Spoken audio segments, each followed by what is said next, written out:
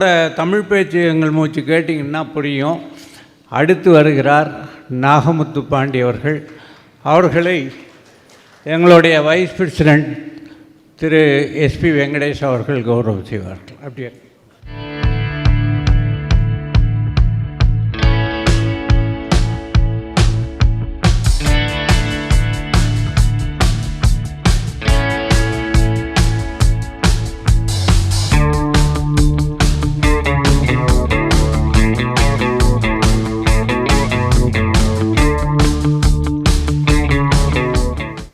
அனைவருக்கும் வணக்கம். நான் கும்பகோணத்திலிருந்து 2 நன்றிகளை மனதில் சுமந்து வந்திருக்கிறேன் இந்த மேடைக்கு. அதை இந்த பிரம்மாண்ட மேடையில் இறக்கி வைக்கலாம் என்று ஆசைப்படுகிறேன். முதல் நன்றி, உலகமெங்கும் வாழும் தமிழர்களின் இல்லங்களிலும் உள்ளங்களிலும் என் பேச்சை கொண்டு சேர்த்த விஜய் தொலைக்காட்சி தமிழ் பேச்சு எங்கள் மூச்சு நிகழ்ச்சிக்கு என் நெஞ்சம் நிறைந்த நன்றிகளை இந்த பிரம்மாண்டமான மேடையில் இன்று நான் தெரிவித்துக் கொள்கிறேன். 2வது நன்றி, சென்னை மாநகரத்தில் திருவல்லிக்கேணி நகைச்சுவை மன்றத்தில் பெரியவர்கள் எல்லோரும் சேர்ந்து விளையாடுகின்ற இந்த நகைச்சுவை விளையாட்டில் என்னை போன்ற இளைஞர்களையும் இன்று சேர்த்து கொண்டதிலே மிக்க மகிழ்ச்சி. அதற்கு ஒரு நன்றி. நான் ஏன் நகைச்சுவை விளையாட்டு அப்படின்னு சொன்னேன்னா, பிறர் நம் வாழ்க்கையில் விளையாடக்கூடிய விளையாட்டுகளில் இருந்துதான் புதிய புதிய நகைச்சுவைகள் இந்த பூமியிலே பிறக்கின்றன. அந்த விளையாட்டுகளை எல்லாம் சம்பவங்களாக மாற்றி பேச்சாளர் பெருமக்கள் உங்கள் முன்னால் சொல்லி உங்களை சிரிக்கவும் சிந்திக்கவும் வைக்கிறார்கள். அந்த வகையில் என்னுடைய வாழ்க்கையில் நடந்த சில சம்பவங்கள்.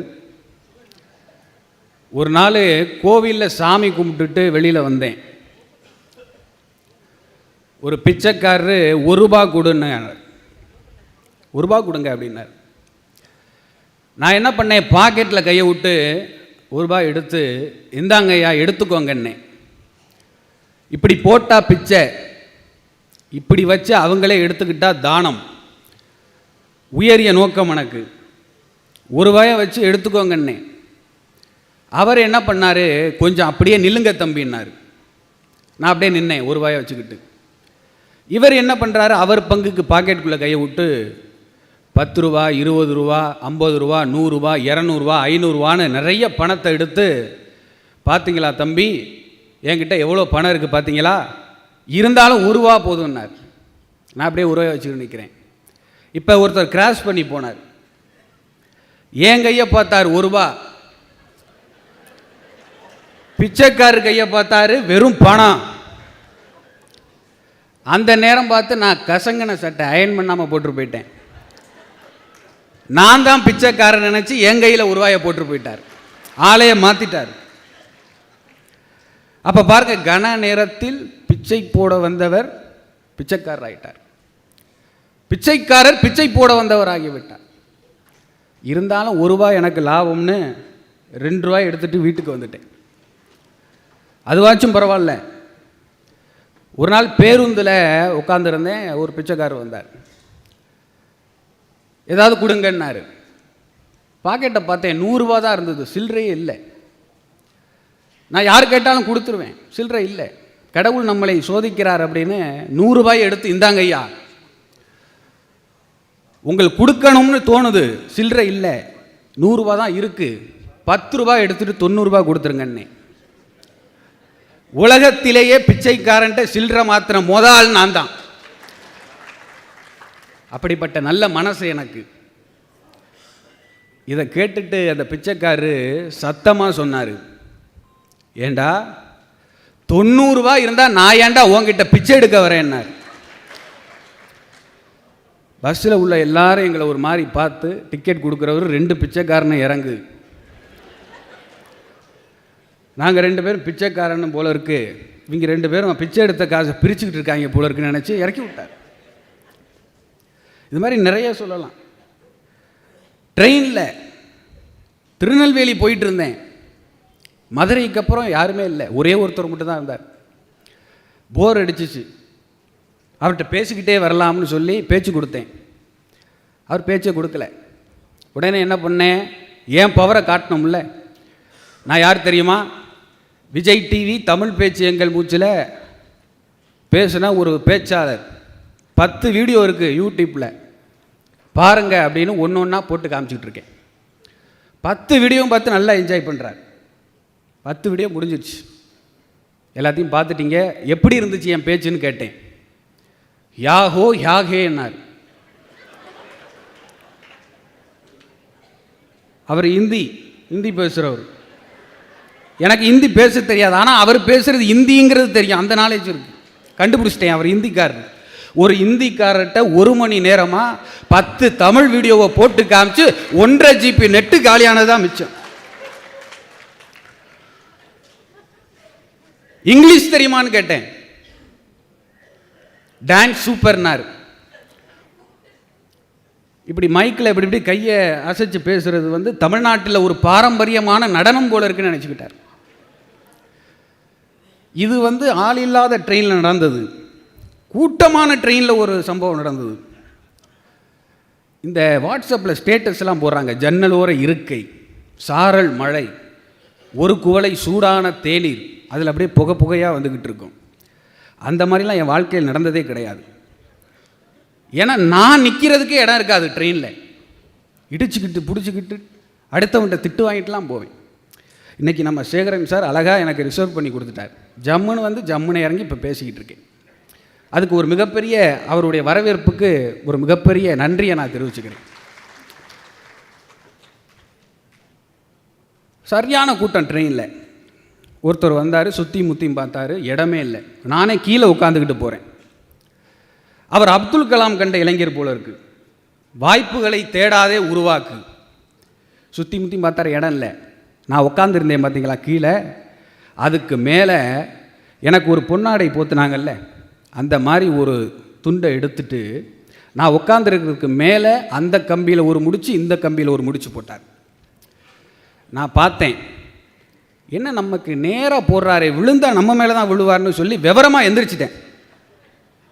அதே மாதிரி நான் உட்கார்ந்த இடத்துல பொத்துன்னு கீழே வந்து விழுந்தார். விழுந்தவர் என்ன பண்ணார், இதுதான் நல்ல சமயம்னு அங்கேயே சமளகால் போட்டு உட்காந்துட்டார். அப்போ தான் புரிஞ்சுக்கிட்டு நான் விவரம் இல்லை, அவர் தான் விவரம்னு புரிஞ்சிச்சு.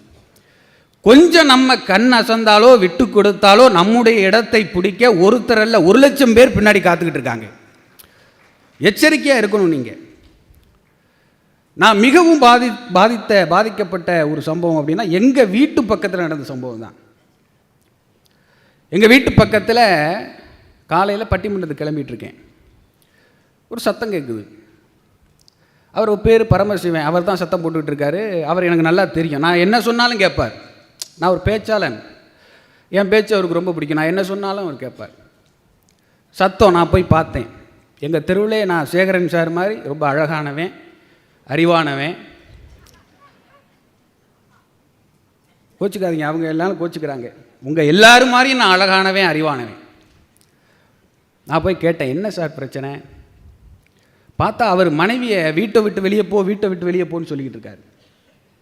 நான் சொன்னேன், என்ன சார் பரமசிவன் பேர் வச்சுருக்கீங்க, சிவபெருமான் தன் உடம்பில் மனைவிக்கு பாதி இடம் கொடுத்துருக்காரு, நீங்கள் என்ன வீட்டிலே இடம் கொடுக்க மாட்டீங்க, வெளியே போ வெளியே போன்னு சொல்கிறீங்க, பாதியாவது கொடுங்க சார்னு சொல்லிவிட்டு பட்டிமன்றத்துக்கு கிளம்பி போயிட்டேன். திரும்பி ரிட்டன் வரேன் வீட்டுக்கு. காலையில் இருந்ததை விட கூட்டம் அதிகமாக இருக்குது. அவங்க மனைவிட்ட போய் கேட்டேன், என்ன திரும்பவும் பிரச்சனையா? ஆமாம் தம்பி, என்னன்னே தெரியல, காலையிலேருந்து எல்லாத்தையும் பாதியாக பண்ணிக்கிட்டு இருக்காரு. பிள்ளைங்களை ஸ்கூலில் போய் விட சொன்னேன், கூகுள் மேப்பில் போட்டிருக்கார், 15 கிலோமீட்டர் காட்டியிருக்கு, கரெக்டாக 7.5 கிலோமீட்டரில் இறக்கி விட்டு வந்துட்டார். மினரல் வாட்டர் கேன் ஒன்று தூக்கிட்டு வர சொல்லியிருக்காங்க, அவர்கிட்ட சண்டை போட்டு பாதி போதும் எனக்கு அப்படின்னு வாங்கிட்டு வந்திருக்காரு. லெமன் எலுமிச்சம்பழம் ஒன்று வாங்கிட்டு வர சொல்லியிருக்காங்க, பாதி போதும் எனக்கு அப்படின்னு வாங்கிட்டு வந்துட்டார். இதில் கொடுமை என்னென்னா, அப்போ அந்த மகளிர் உரிமை தொகை 1000 ரூபாய் எழுதுறதுக்கு ஃபார்ம் எடுத்துக்கிட்டு வந்திருக்காங்க வீட்டுக்கு. என் மனைவிக்கு 500 ரூபாய் போதும்னு அந்த ஃபார்மில் எழுதி கொடுத்துட்டார். அந்த அம்மா சொன்னாங்க, யார் பேச்சை கேட்டுக்கிட்டு இவர் காலையிலேருந்து பாதி பண்ணிகிட்டு இருக்காருன்னு தெரியல, அவர் மட்டும் என் கையில் கிடைச்சாரு, குமுறு குமுறுன்னு கும்மிருவேன். நான் இந்த சிவபெருமான் தன்னை தானே பூஜிக்கிற மாதிரி அந்த அம்மா நான் தான் தெரியாமல் என்னையே என்கிட்ட திட்டிக்கிட்டே இருப்பாங்க. நானும் சமாளிச்சுக்கிட்டே இருக்கேன். இந்த மாதிரி நிறைய சம்பவங்கள். அதான் நான் முதல்ல சொன்னேன், பிறர் நம் வாழ்க்கையில் விளையாடக்கூடிய விளையாட்டுகளிலிருந்து தான் புதிய நகைச்சுவைகள் இந்த பூமியில் பிறக்குது. கனவுல கூட வந்து தொந்தரவு பண்ணுறாங்க.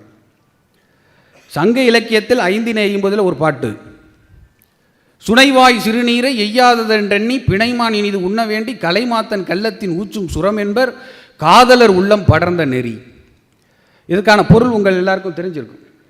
பாலை நிலத்தில் அங்கும் இங்கும் ஓடி திரிந்த ஆண்மானும் பெண்மானும் தாகம் தீர்க்க ஒரு சுனையிலே போய் வாயை வைக்கின்றன. சுனையில் இருப்பதோ ஒரு மான் அருந்துவதற்கான நீர், 2 மானும் வாயை வைக்குது.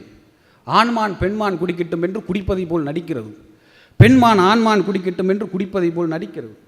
கடைசியில் 2 மானும் குடிக்கல, விட்டு கொடுத்துருச்சு. சுனையில் நீர் குறையவே இல்லை, அப்படியே இருந்தது. காதலில் கூட நெறி இருக்க வேண்டும் என்று சொன்னவன் தமிழன் சொல்லியது 550. இதை இரவு நேரத்தில் படிச்சுட்டு போய் அப்படியே படுத்தேன்.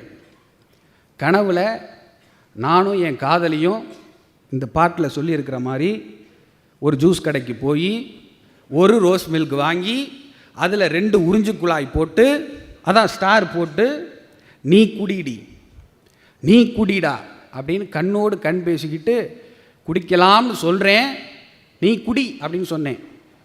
காதலி ஒரு உறிஞ்சு தான் உறிஞ்சா, டோட்டல் ரோஸ் மில்க்கும் காலி ஆயிடுச்சு. திடீர்னு எழுந்திருச்சேன், தூக்கமே வரல. கனவில் கூட தொந்தரவு பண்ணுறாங்க, கனவில் கூட விளையாடுறாங்க. ஏற்கனவே சொன்ன மாதிரி தான், பிறர் விளையாடும் நம் வாழ்க்கையில் விளையாடும் விளையாட்டிலிருந்து தான் இந்த பூமியில் புதிய நகைச்சுவைகள் பிறக்கின்றன.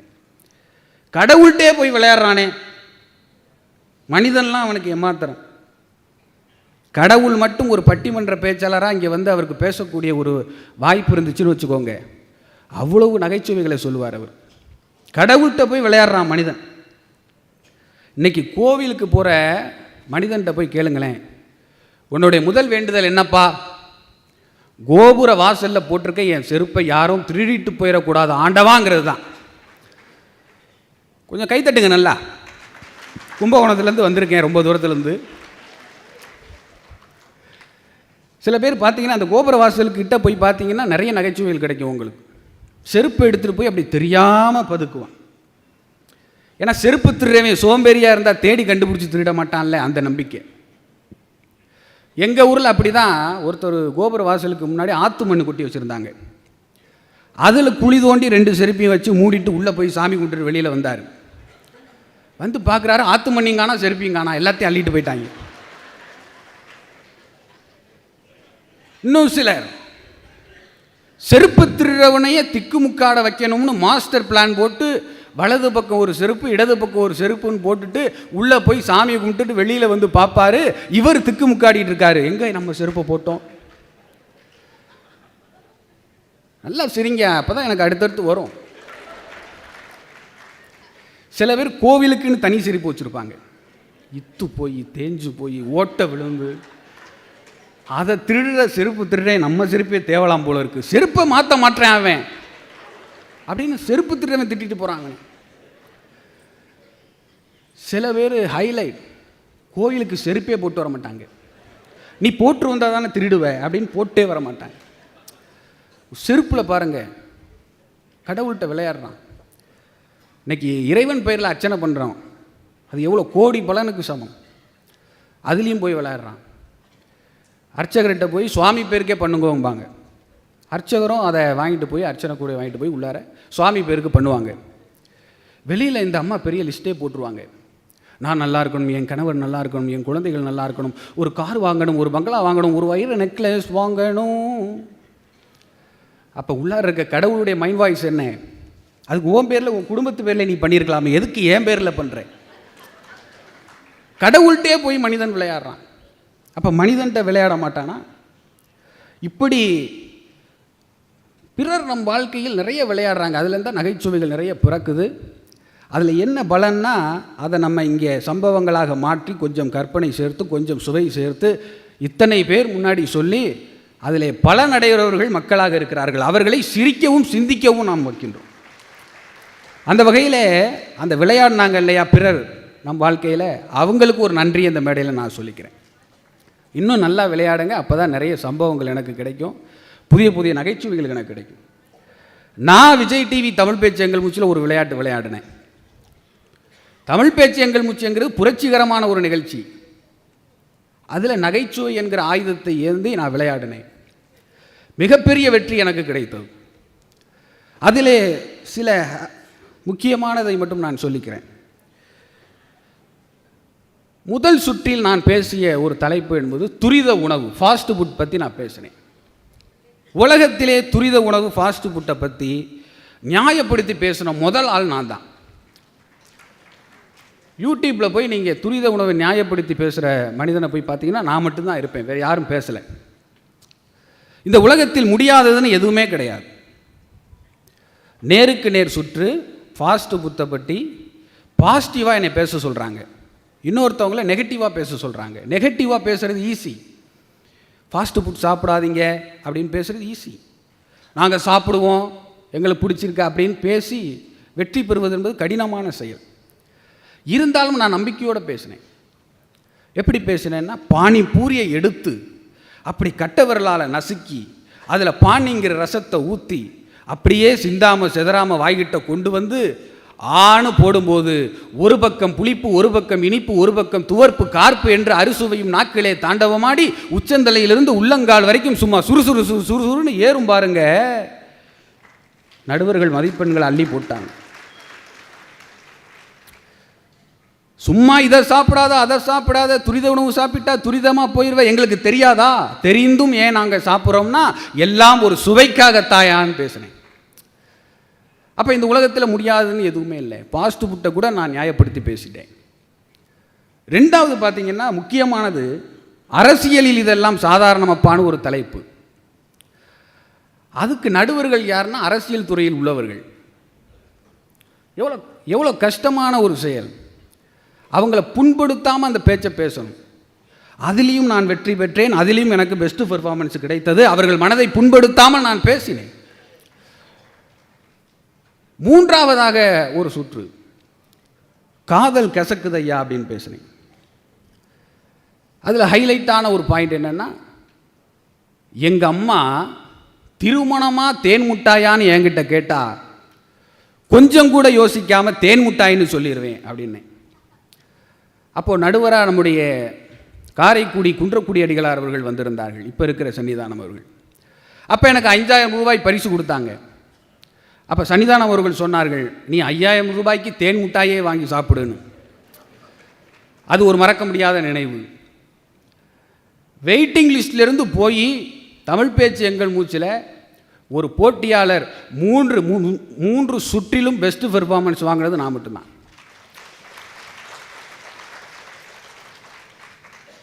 நான்காவதாக ஒரு தலைப்பு, எல்லாம் நன்மைக்கேன்னு பேசினேன். எனக்கு ரொம்ப பிடிச்ச தலைப்பு அதுதான். என்ன அலைகளுக்கு உயிர் உண்டு, நாம் எதுவாக ஆக நினைக்கிறோமோ அதுவாகத்தான் ஆவோம் என்று சுவாமி விவேகானந்தர் சொன்னார். அதனாலே இந்த எல்லாம் நன்மைக்கேங்கிறத இவ்வளோ பேர் இருக்கோம், சேர்ந்து ஒன்றா சொல்லலாம் அப்படின்னு ஆசைப்படுறேன். 2 கைகளை இப்படி உயர்த்தி எல்லாம் நன்மைக்கே என்று சொல்லுங்கள்.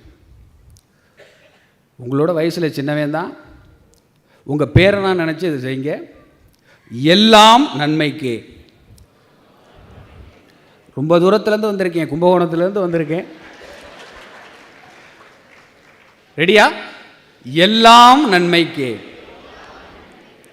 நான் இதை கவிதை சுற்றில் பேசினேன். எல்லாம் நன்மைக்கே, நடப்பது எல்லாம் நன்மைக்கே. ரமலான் வந்தது, ரகுமான் நண்பனுக்கு ஒரு குறுஞ்செய்தி, பிரியாமல் ஓர் அணியாக இருப்போமா, பிரியாணியோடு வீட்டுக்கு வந்தான். எல்லாம் நன்மைக்கு. கிறிஸ்துமஸ் வந்தது, கிறிஸ்துராஜா நண்பனுக்கு ஒரு குறுஞ்செய்தி, கேக்குதா கேக்குதா, கேக்கோடு வீட்டுக்கு வந்தான். எல்லாம் நன்மைக்கு. இது தமிழ் பேச்சு எங்கள் மூச்சு, ஆங்கில வார்த்தை பேசக்கூடாது. நான் பேசிட்டேன், கேக்குன்னு ஒரு ஆங்கில வார்த்தையை பயன்படுத்திட்டேன். அதுக்கு ஒன்று போட்டேன், கேக்கு என்பது ஆங்கிலமாச்சே, அதை இந்த மேடையில் சொன்னால் மதிப்பெண் போச்சே. மன்னித்துக் கொள்ளுங்கள் நடுவர்களே, மன்னிப்பு கேட்கும் இடத்தில் மன்னிப்பு கேட்டால் எல்லாம் நன்மைக்கு. நீங்களும் கேட்டுருங்க, இன்னைக்கு போய் யார்கிட்டெல்லாம் மன்னிப்பு கேட்கணுமோ கேட்டுருங்க. வாய் நிறைய கடலை மிட்டாய் வாங்கி சாப்பிட்டு வருகையில் சேற்றையடித்தான் ஒருவன். திட்ட வாயெடுத்தேன் தின்பண்டம் தடுத்தது. வேடிக்கை பார்த்தவர் முணுமுணுத்தார். சேற்றையடித்தவன் பெரிய ரவுடியாம். நல்ல வேளை வாய் நிறைய கடலை மிட்டாய், எல்லாம் நன்மைக்கு.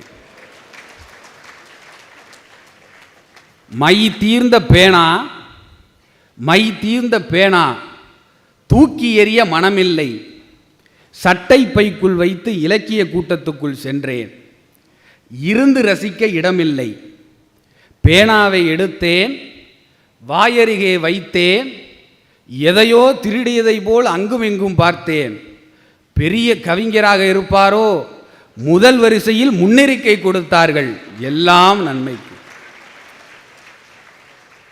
இது எனக்கு மிகவும் பிடித்தது. அன்னையிலிருந்து எல்லாம் நன்மைக்கே நிறைய எழுதிக்கிட்டு இருக்கேன். நீங்களும் எது நடந்தாலும் எல்லாம் நன்மைக்கேன்னு நினைங்க. ஒரு நாள் கோவிலுக்கு காலையில் கூட மயிலாப்பூர் கபாலீஸ்வரரை தரிசனம் பண்ணேன். சுட சுட சர்க்கரை பொங்கல் கொடுத்தாங்க. எங்கள் ஊர் கும்பகோணத்துலலாம் அந்த குறிப்பிட்ட நேரத்துக்கு தான் பிரசாதம் கொடுப்பாங்க. ஒரு நாள் எங்கள் ஊர் கும்பகோணம் சாரங்கபாணி பெருமாள் கோயிலுக்கு போனேன். உள்ளார போகிறேன், சுட சுட புளிசாதம் கொடுத்தாங்க. வாங்கி சாப்பிடணும் போல இருந்துச்சு. இருந்தாலும் மனசு கேட்கல. பெருமாளை பார்க்க வந்திருக்கோம், அவரை பார்த்துட்டு வந்து வாங்கி சாப்பிடுவோம். அப்போ தான் பெருமாளுக்கும் மரியாதை நமக்கும் மரியாதைன்னு உள்ளே போய் பெருமாளை பார்த்துட்டு வெளியில் வந்து பார்க்குறேன். புளிசாதம் கொடுத்ததுக்கான அறிகுறியே இல்லை. ஆனால் நான் மனம் தளரல. எப்படி தெரியுமா அதை எடுத்துக்கிட்டேன்? உள்ளே போய் பெருமாள்கிட்ட நம்ம பிரச்சனையெல்லாம் நான் சொன்னேன். சொல்லிட்டு வெளியில் வந்து பார்த்தேன், பிரசாதம் தீர்ந்து போச்சு. அப்போ இதிலிருந்து பிரசாதம் தீர்ந்த மாதிரி நம்முடைய பிரச்சனையும் ஒரு நாள் தீரும் அப்படின்னு அந்த பெருமாள் எனக்கு சொல்லாமல் சொல்லியிருக்காருன்னு நான் நினச்சேன். எல்லாம் நன்மைக்கேன்னு எடுத்துக்கணும். எல்லாரும் என்னை விமர்சிக்கிறார்கள் அப்படின்னு ஒருத்தன் வந்து என்கிட்ட சொன்னான். நான் சொன்னேன், விமர்சிக்கிறவனுக்கு போய் நன்றி சொல்லு, ஒரு பொன்னாடை போர்த்தி நன்றி சொல்லு. ஏன்னா இன்றைக்கி ஒரு கொள்கை பரப்பு செயலாளருக்கு நம்ம காரு கொடுக்கணும், மாதம் மாதம் சம்பளம் கொடுக்கணும், நிகழ்ச்சி கொடுக்கணும். ஆனால் நம்ம எதுவுமே தராமல் தம்மாதுண்டு வாயை மட்டும் வைத்துக்கொண்டு நாம் செய்கின்ற செயல்களை எல்லாம் எல்லார்ட்டையும் போய் பரப்புகிறான். அவன் நம்மிடம் சம்பளம் வாங்காமல் வேலை செய்யக்கூடிய கொள்கை பரப்பு செயலாளர். அவனுக்கு ஒரு பாராட்டு தெரிவி. அதே மாதிரி இன்ஸ்டாகிராமில் ஒருவர் கேட்டார், என்னை ஒரு பெண் ஒரு வருடமாக காதலித்து ஏமாற்றி சென்று விட்டாள். ஒரு பெண்ணோ ஒரு பையனோ உறவினரோ நண்பரோ யாரோ உங்களை ஒரு வருடம் பழகிவிட்டு ஏமாற்றி சென்று விட்டால் வருத்தப்படாதீங்க, நன்றி சொல்லுங்க. ஏன்னா வாழ்க்கை முழுவதும் ஏமாத்தாம ஒரு வருடம் மட்டும் ஏமாற்றி போன அந்த நல்ல மனசுக்கு நாம் நன்றி தான் சொல்ல வேண்டும். சாலையிலே போய்கிட்டு இருக்கிறப்ப மாட்டு சாணியை நம்ம மிதிச்சிட்டோம். மிதித்த உடனே அந்த சாணியில் கொஞ்சோண்டு எடுத்து சோதனை குழாயில் போட்டு டெல்லிக்கு அனுப்பி 2 லட்சம் செலவு பண்ணி அது எந்த மாடு போட்டுச்சுன்னு கண்டுபிடிச்சி அந்த மாடை திட்டிக்கிட்டு இருந்தோம்னா நமக்கு தான் நேரம் வேஸ்ட் ஆகும்.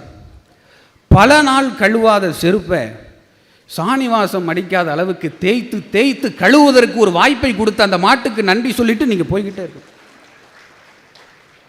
எதுவாக இருந்தாலும் எல்லாம் நன்மைக்கேன்னு எடுத்துக்கணும். நான் அப்படி தான் எடுத்துக்குவேன். தோல்வி மேலிருந்து கீழே விழுந்தால் அவமானம்ங்கிறாங்க, தோல்விங்கிறாங்க. அவமானம் கிடையாது, அழகு. கடன் வாங்கியாவது தோல்வி அடைந்தவர்கள் தென்காசியில் இருக்கிற குற்றாலத்துக்கு போயிருங்க.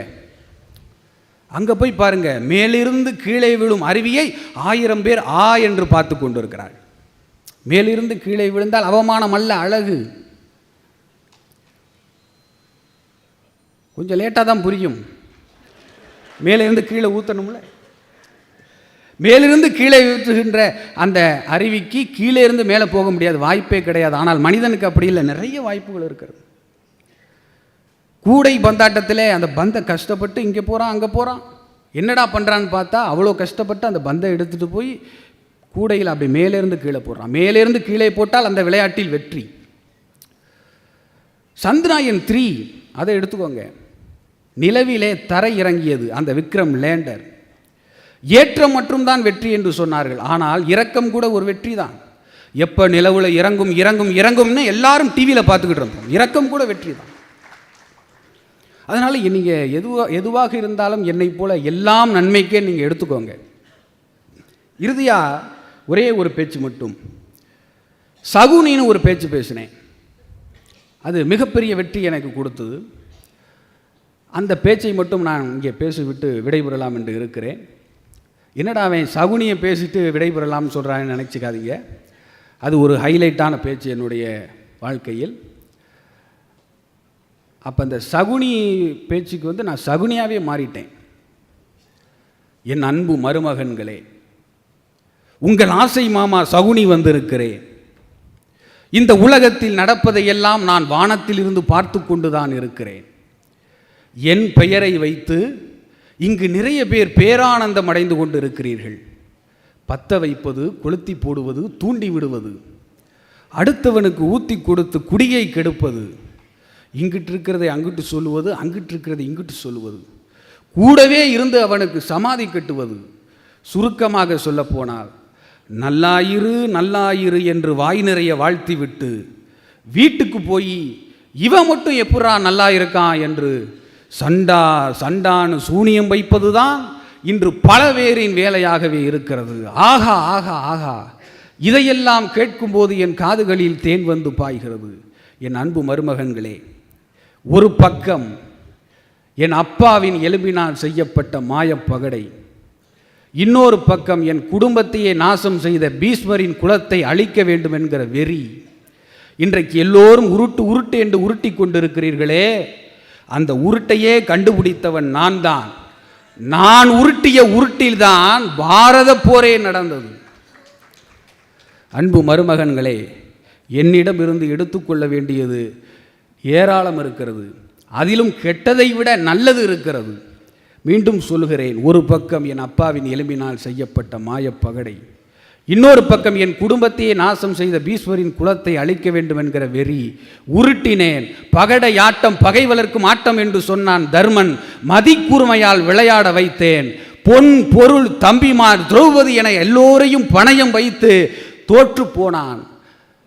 துரியோதனன் வந்து கட்டி அணைத்து சொன்னான், ஆசை தனித்தாயடா உயிர் மாமனே, ஆவியை காத்தாயடா, பூசை புரிவோமடா உயிர் மாமனே, பொங்கல் உனக்கிடுவோம், நாசம் அடைந்ததடா நெடுநாட்பகை, நாமினி வாழ்ந்தோமடா, பேசவும் தோன்றுதில்லை உயிர் மாமனே, பேரின்பம் கூட்டிவிட்டாய்.